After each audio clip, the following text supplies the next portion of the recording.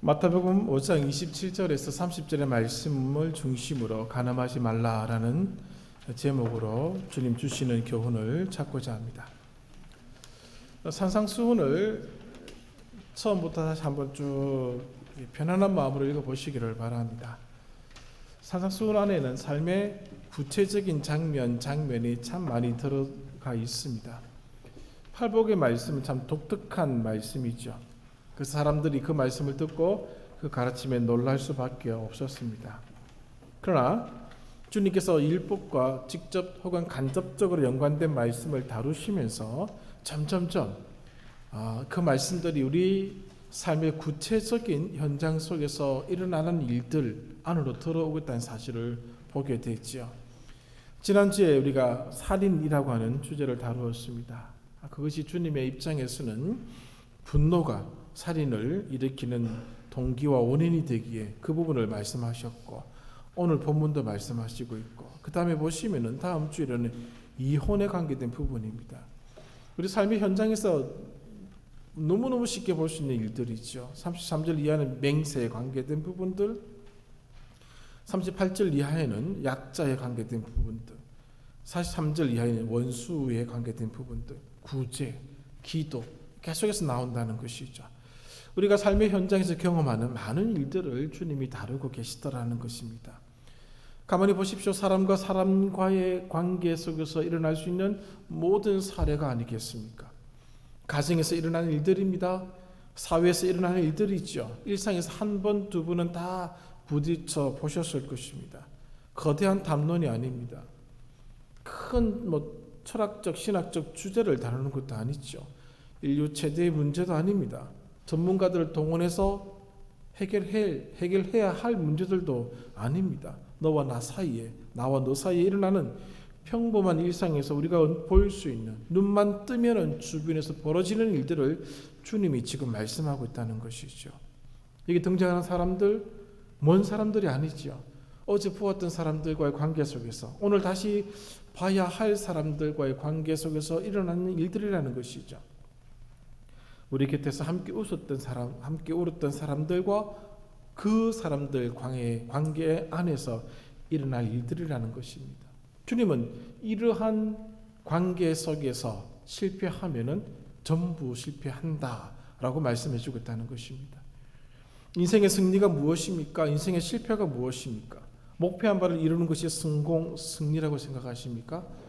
아무도 가지지 못했던 권력과 힘, 경제권을 지닌다고 해서 그것이 성공이라고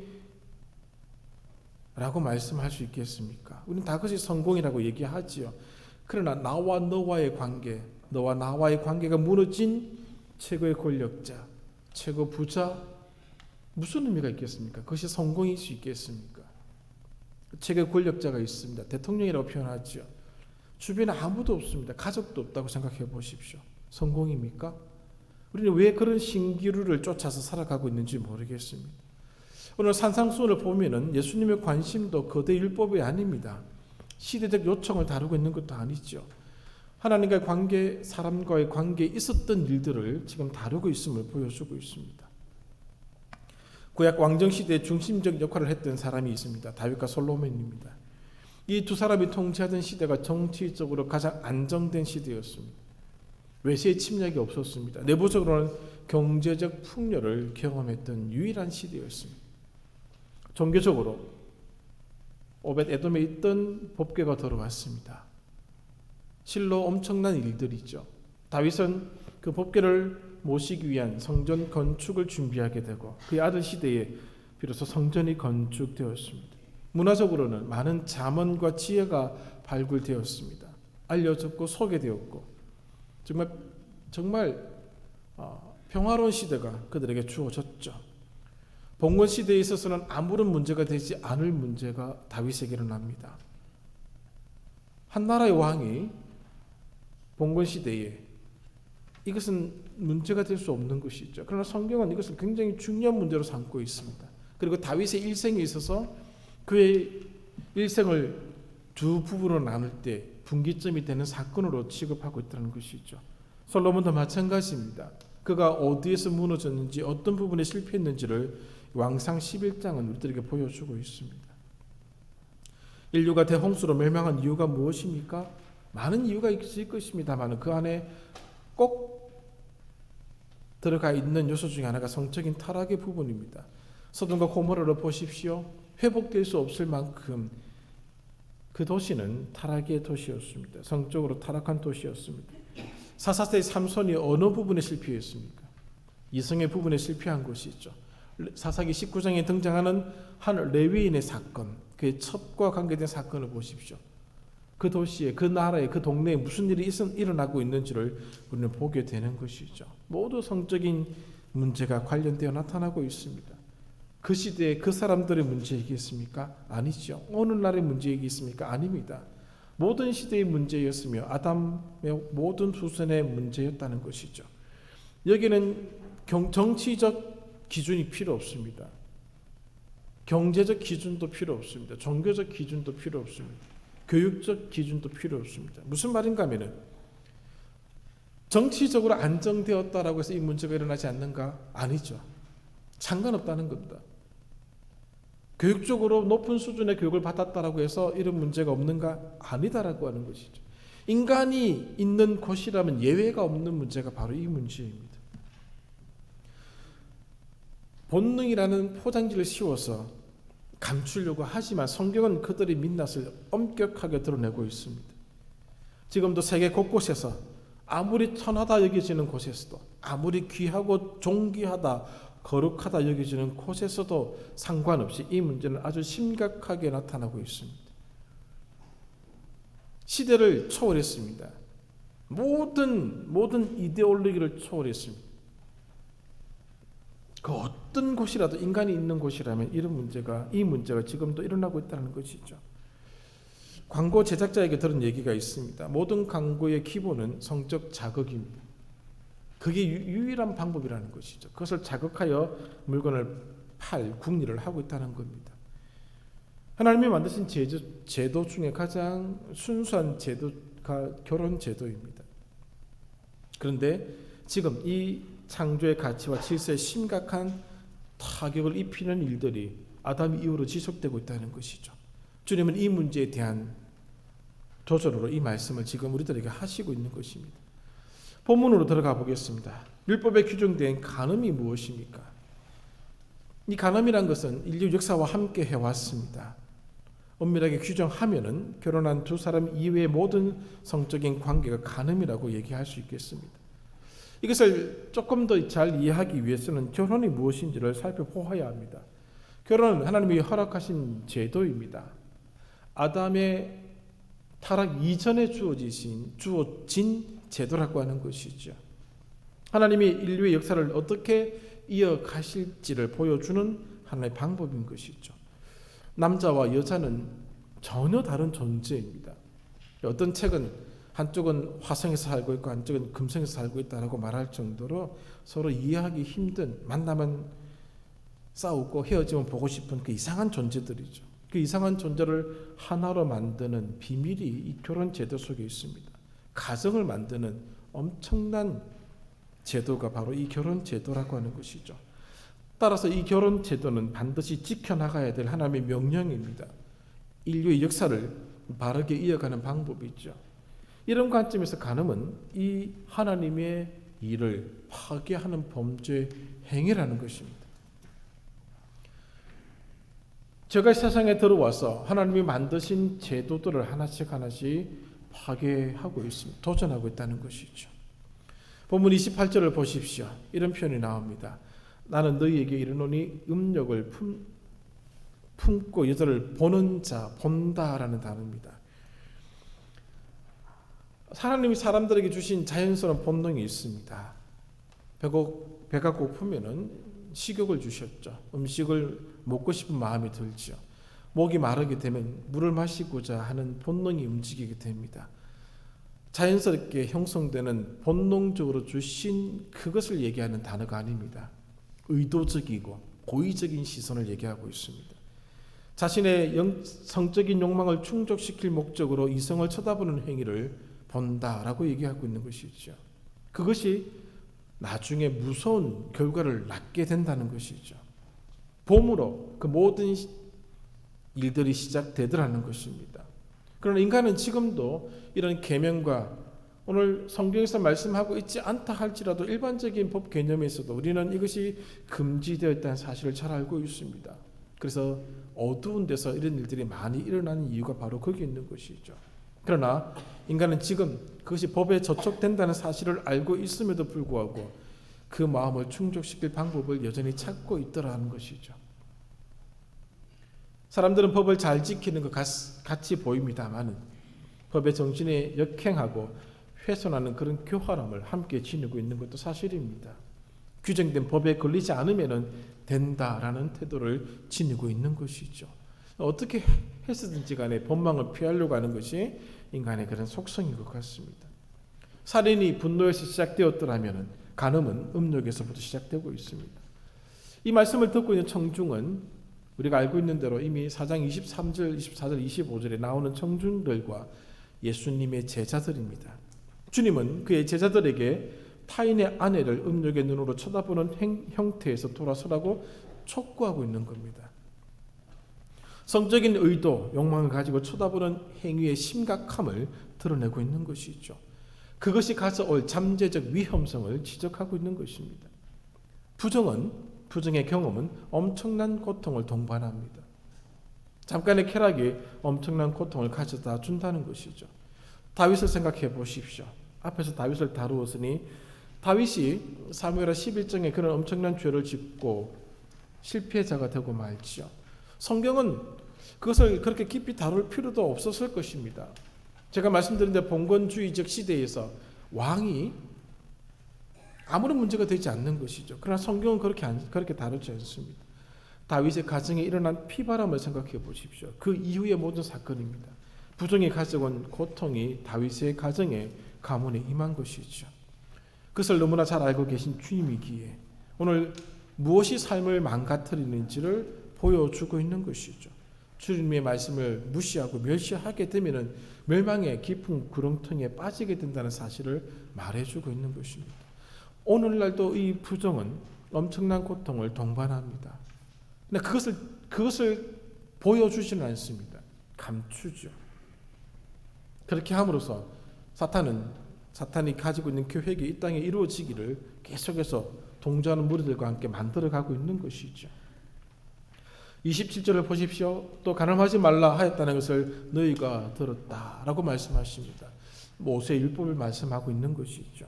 여기에 대한 주님의 더 깊은 해석이 여기 들어가 있습니다.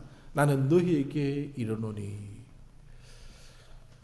이 말씀을 준비하면서 또 다른 책을 보았습니다. 다른 책을 보니까 유대 랍비 중에 이렇게 말할 수 있는 사람은 없다고 합니다. 나는 너희에게 이르노니.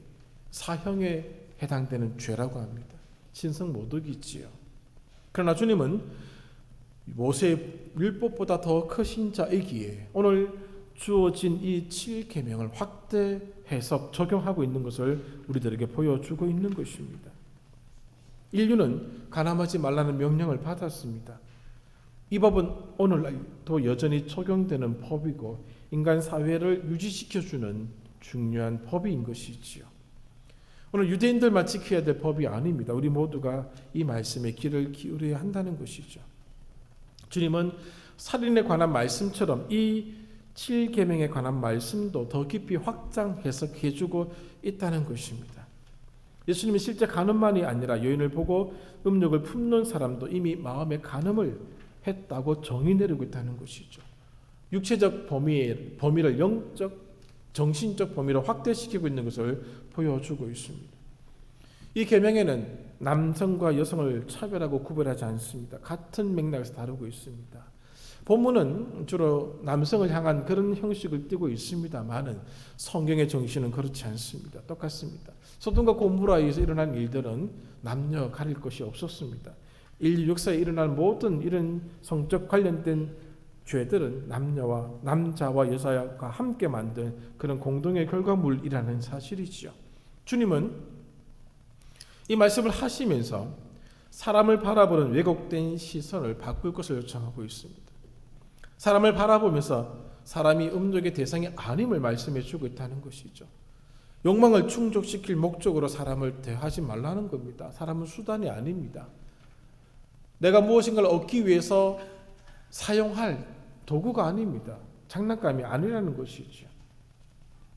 주님이 말씀하신 이 규칙이, 이 법이 아무리 까다롭고 어렵다 할지라도, 견디기 힘들다 할지라도 그것은 변명이 될 수가 없다는 것이죠.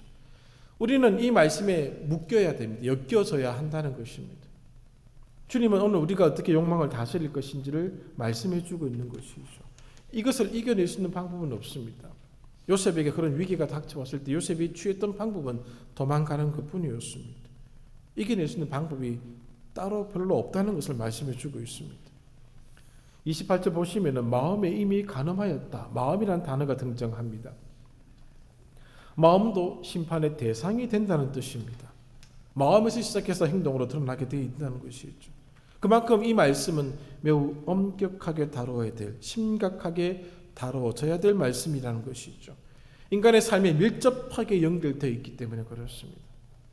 앞에서 말씀드린 대로 아무리 천하다라고 여겨지는 곳에서도 이 일은 계속하여 일어나고 있습니다. 아무리 거룩하다라고 여겨지는 곳에서도 이 일은 지금도 일어나고 있습니다. 이것은 후회한다고 해결될 문제가 아닙니다. 회개한다고 해결될 문제도 아닙니다. 위장으로 해결될 문제도 아닙니다. 다윗이 회개하였습니다. 그러나 바세바와의 관계 속에서 태어난 그 아들은 죽었습니다. 해결되지 않는다는 것이죠. 그 상처가 다윗의 일생에 남아있지 않겠습니까? 늘 그것이 그를 괴롭혔다고 저는 보고 있습니다. 오늘 우리가 함께 읽었던 29절과 30절의 말씀을 보십시오. 어떤 본문은, 어떤 학자들은 28절까지를 끊어버리는 사람이 있습니다. 29절과 30절이 이 28절을 이어서 우리에게 주어지고 있다는 사실을 눈여겨볼 필요가 있습니다. 음행의 원인이 되게 하는 그 무엇이 있다면 차라리 잘라내라는 것이죠. 음행의 원인이 되는 눈을 뽑아내고 원인이 되는 손을 잘라내라는 것입니다. 그만큼 성적 유혹은 피할 길이 없다는 것입니다. 그만큼 무섭다는 것이죠. 신체의 한 부분을 잘라낼 만큼 혹독한 결단이 아니고서는 이겨낼 방법이 없다는 것을 보여주고 있는 것입니다. 육체의 불구와 영혼의 구원을 비교하는 것도 있겠습니다만 이 말씀의 의도는 죄는 간단하게 처리될 오늘 우리가 요리할 수 있는 대상이 아니다라고 하는 것이죠. 특별히 이 7계명은 그만큼 더 어렵다는 것을 보여주고 있습니다. 이러한 죄로부터 벗어날 것을, 이러한 부분들을 두려워할 것을 말씀해 주고 있는 것이죠. 매우 심각한 결단을 내리지 않고는 이것을 이겨낼 길을 찾기가 쉽지 않다는 것입니다. 우리는 예수 믿는 사람들이죠. 그것을 구분할 수 있는 아주 중요한 요소 중에 하나가 바로 이 7계명입니다. 그러므로 이 세상의 성적 유혹에서 자신을 지켜나가야 합니다. 오늘날 가장 큰 문제가 무엇일까? 이 영역에 있어서 그것은 바로 이것이죠. 성이 문화라는 이름으로 범람되고 있다는 것이죠. 문화라는 이름의 포장지에 쌓여서 제공되고 있다는 것입니다. 참 무서운 도전입니다. 영화, 또 연극, 소설, 문학, 문화, 예술 그런 이름으로 지금 성이 범람하고 있습니다. 물론 오늘날만 그런 것이 아니죠. 제 고등학교 때 문과입니다. 국어 1을 배우지 않습니까? 고려, 서교 그런 내용을 다 고등학교 때 배우다 보면은 그 내용 전부가 성적인 얘기들입니다. 그만큼 어느 시대에 어느 곳이었으나 이것은 문화라는 이름의 포장지에 쌓여서 오늘 항상 이 사회 속에 깊숙이 침투하고 있었습니다. 그 결과가 무엇인지 아시죠? 익숙하게 되었습니다. 친숙하게 되었다는 것이죠. 전에는 좀 이렇게 꺼리끼게 바라보았는데 이제는 그렇지 않게 되더라는 것이죠. 문화인데, 예술인데, 영화라는 이름으로 너무 쉽게 넘어가더라는 것입니다. 그 죄책감이나 두려움이 없어졌습니다. 전에 있던 것들이 사라진 것이죠. 그리고 세상의 흐름이 여기에 휩싸이고 말았습니다. 그리고 또 이런 욕구들에 대해서 방임하게 되었습니다. 제어를 못하게 되었습니다. 제어할 수 있는 기관, 기능을 잃어버리고 말았습니다. 더 무서운 것은 죄라는 인식이 사라졌습니다. 가정과 사회가 파괴되었습니다. 멋대로 살아가게 되었다는 것이죠.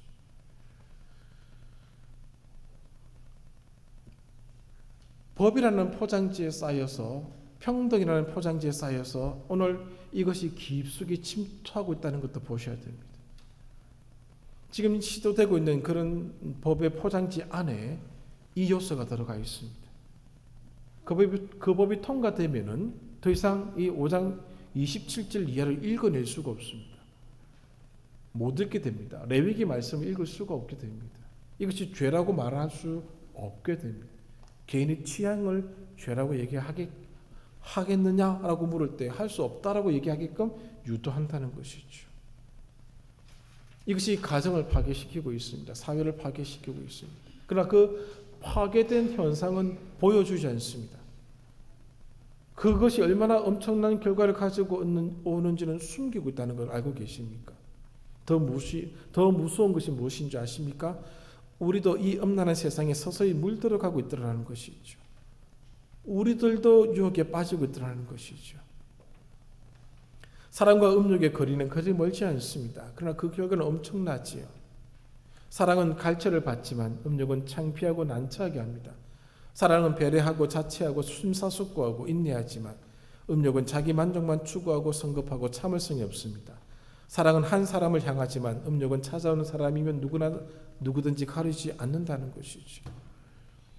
오늘 이 말씀이 무너짐으로 혼인으로 맺은 관계가 무너지고 있습니다. 가정이 붕괴하고 붕괴된 가정에서 자녀 세대들이 엄청난 충격과 좌절에 빠지고 있습니다.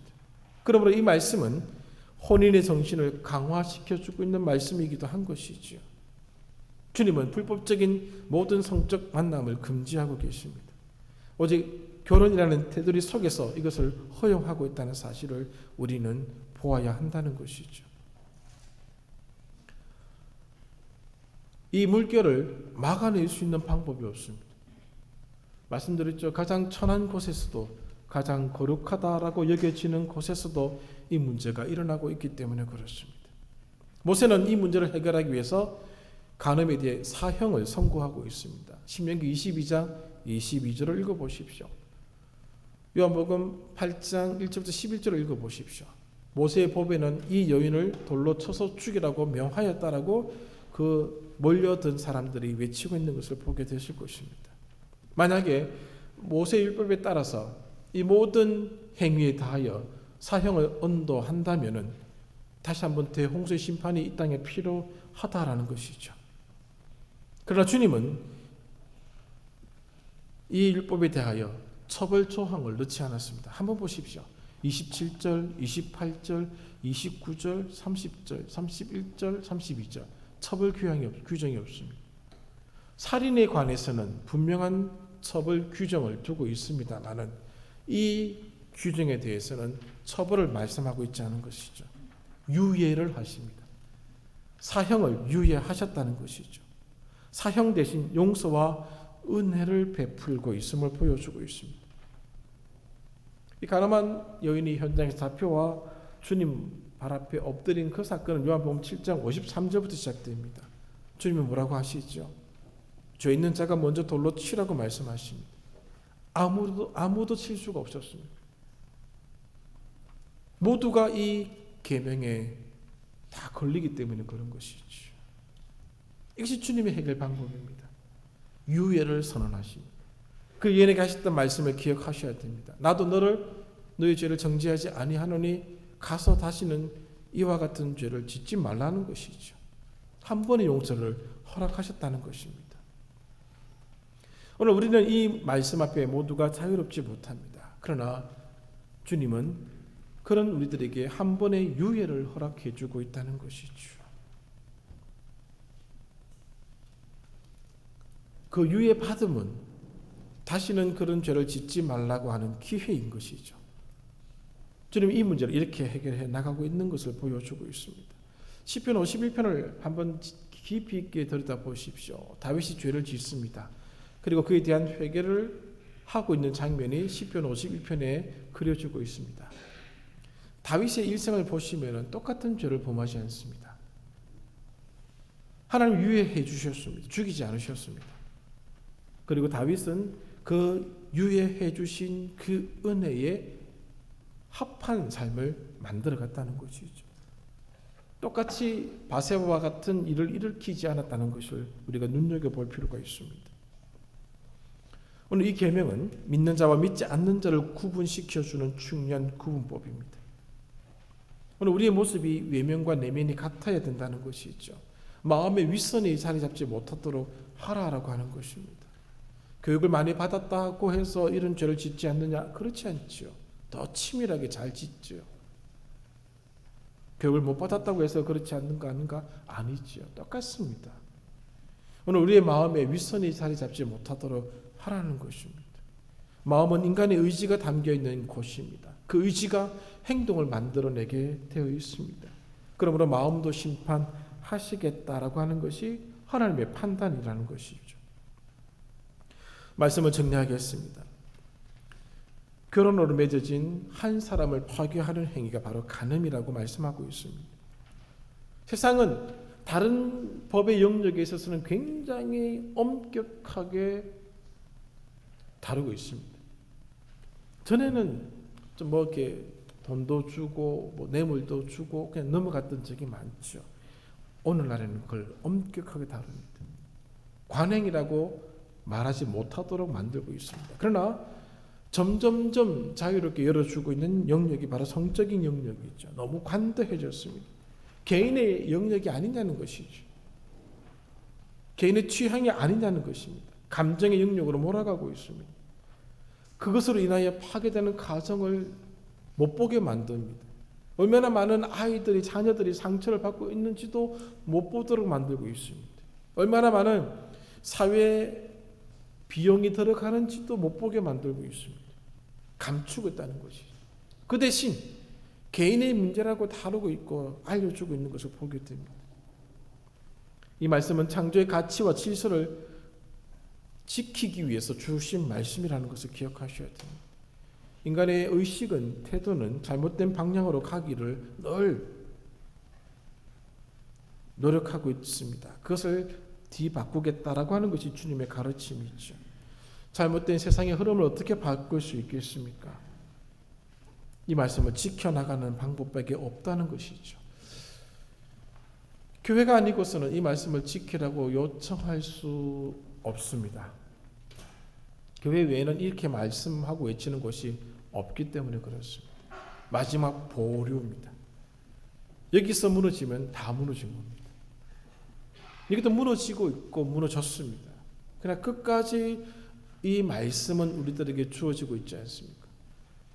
우리도 무너졌지만은 이 5장 27절, 28절의 말씀이 있어서 그래도 두려워하고 있지 않습니다. 세상은 두려워하지 않습니다. 오늘 이 말씀 앞에 우리가 서야 될 것이고 우리 자녀들이 서야 할 것이고 이 말씀이 우리 자녀들의 인생을 좌지우지하게끔 만들어야 한다는 것을 기억해 주십시오. 오늘 이 말씀이 단순히 개인의 일탈로 끝나는 말씀이 아닌 것이죠. 창조 질서에 대한 도전을 우리가 받고 있는데 그것을 지키고자 하는 하나님의 방법이고 또 우리에게 주시는 하나님의 법이라는 사실입니다. 어렵고 힘든 세상을 우리가 살아가고 있습니다. 참 쉽지 않은 일들이 너무너무 많이 있죠. 이 말씀이 또 우리에게 하나의 기준이 되고 우리가 지켜야 될 법으로 우리 삶의 자리에 서 있기를 바라고 또 이것이 특별히 우리 자녀들 세대에 귀한 말씀으로 자리 잡도록 기도해 주시기 바랍니다. 기도하겠습니다. 하나님 아버지 감사드립니다. 세상이 이 문제로 다 혼란스럽습니다. 이것 때문에 신음하고 고통하고 괴로워하면서도 주님 여전히 이 수렁에 빠져가고 있습니다. 빠지기를 원하고 있는 것이 이 세상의 모습이고 어쩌면 우리의 모습도 아닐까 싶습니다. 하나님 용서하여 주시고 이 수렁으로부터 저희들을 건져 주시옵소서. 하나님 우리 자녀들이 이 부분에 명확하게 자리 잡도록 인도하여 주시고 이 말씀이 이들을 지켜주시기를 하나님 간절히 기도합니다. 우리가 기도해야 될 부분이 무엇인지 다시 한번 깊이 있게 여기게 생각하게 해주셔서 우리 자녀들을 이 음란한 세태로부터 지켜주시고 보호하여 주시옵소서. 교회가 이 말씀을 지킴으로 이 땅의 소금이 되게 하시고 이 땅에 빛이 될 수 있도록 인도하여 주시옵소서. 예수님의 이름으로 기도하옵나이다. 아멘.